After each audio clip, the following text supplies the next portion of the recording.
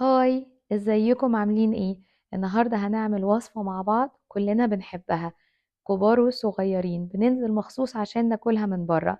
اوعدك في الفيديو ده انك هتعمليها في البيت، وكمان بنفس الطعم ونفس التسوية. بصوا لون الفراخ احمر ازاي ومقرمش، وبصوا بقى لما هنقطعها مع بعض الفراخ لونها ابيض، مستوية طرية جوسي، تتبيلة واصلة لكل حتة فيها زي اللي بنجيبها من بره بالظبط.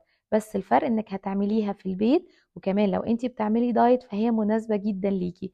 كملي معايا الفيديو للآخر عشان تعملي الفراخ المشوية في البيت بطريقة سهلة وبسيطة، وبتتبيلة كمان حلوة جدا هتعجب كل الموجودين. دي أجمل تتبيلة فراخ تقريبا أنا عملتها. أول حاجة هنعمل التتبيلة مع بعض. موجود عندنا البرتقان دلوقتي، بجد بيدي طعم حلو جدا في التتبيلة وكمان لون حلو في التسوية. بس لو ما عندناش برتقان عادي، هنعصر ليمونة عليها ربع معلقة سكر بيدي نفس النتيجة.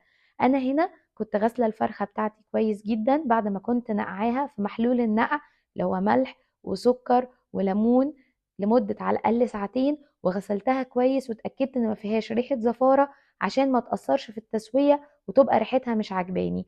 بعد ما عصرت البرتقان بتاعي هنبتدي نعمل التتبيلة مع بعض. في طبق هننزل ببشر بصلتين وبشر فلفلاية رومي، لو حابة تحطي فلفل حراق برضو دي حاجة اختياري. التوابل هنا ركزي فيها معايا جدا. حطيت ملح، فلفل، كزبرة، زعتر، اكليل الجبل. وبصوا بقى البهارات المفاجأة، بهارات كنور بتاعة البطاطس قد ايه بتفرق في طعم تتبيلة الفراخ وبتخلي التتبيلة حلوة جدا. وهنا نزلت بعصير البرتقان، وكمان حطيت معلقتين زيت في التتبيلة، انا استعملت زيت عباد الشمس. هقلب بقى التتبيلة دي كلها مع بعض. هقولك من سر من اسرار الفراخ الناجحة ان انتي تتبليها فترة كويسة، يعني تحطيها على الاقل من بالليل للصبح عشان اللحم يشرب من التتبيلة دي وتكون مظبوطة جدا. لو انت مستعجلة اقل حاجة تتبليها 5 ساعات، مش اقل من كده. بعد كده هحط الفراخ بتاعتي في الصينية وهنزل بقى عليها بالتتبيلة، واغلف الفرخة بالتتبيلة بتاعتي كويس جدا، واتأكد ان كل حتة في الفرخة شربت من التتبيلة بتاعتي. بصوا انتوا الفراخ دي هتتفاجئوا ان سهولتها في بساطتها بجد، وهتاخدوا طعم فعلا زي اللي من بره، من غير بقى ما تولعي شواية ولا فحم ولا البيت يبقى مليان دخان، ولا حتى تنزلي تجيبيها من بره وتتكلفي. النهارده الفراخ المشوية بقى سعرها غالي شوية، انتي هتعمليها في البيت وكمان كلهم هيحبوها من ايدك وهيطلبوها على طول. جربي الوصفة بطريقتي واعملي معايا كل التفاصيل وقولي لي رأيك بجد لما تعملي الوصفة دي.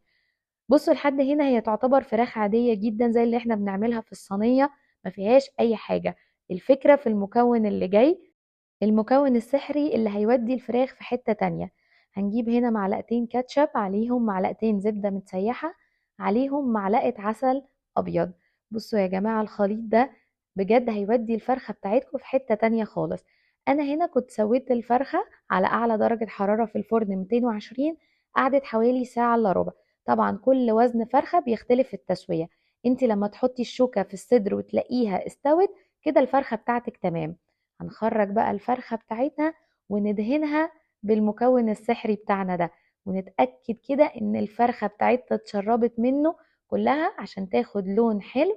وهنرجعها تحت الشواية لحد ما الجلد بتاعها يقرمش وتبقى شبه الفراخ المشوية اللي بنجيبها من بره بالظبط. خلي بالك تابعي التسوية عشان ما تنشفش منك، هي مش هتقعد اكتر من 5 دقايق. العسل والكاتشب والزبدة بيدوا لون بسرعة جدا. بصوا انا بتأكد ان بدهنها كويس، بجد هتشوفوا لونها لما نخرجها مع بعض. اصبري بس معايا لما نخرجها مع بعض وهتشوفي اللون. وكمان هنديها طعم الشوي بأسهل طريقة. هنا بعد ما خرجت معايا كنت مولعة فحمة، وهحط عليها نقطة زيت واغطيها عشان تبقى طعم الفراخ المشوية بالظبط. سبتها حوالي 10 دقايق وبعدين هنقدمها مع بعض. طبعا الفراخ المشوية تتقدم بكذا طريقة، انا قدمتها مع مكرونة وبطاطس، انتي ممكن تعملي شوية رز بسمتي، قدميها بالطريقة اللي تحبيها. بجد كانت حلوة قوي قوي قوي، طعمها كان جميل، مستوية حلوة قوي. بجد طعم التتبيلة خطير كأنها مشوية من بره، ما وقفناش كتير. لو الوصفة عجبتك من فضلك شاركيها مع كل اللي تعرفيهم. بحبكم جدا، دعمكم بيوصلني. يا رب الوصفة تكون عجبتكم، أظن سهلة وبسيطة اهي، وعلمتكم الفراخ المشوية في البيت.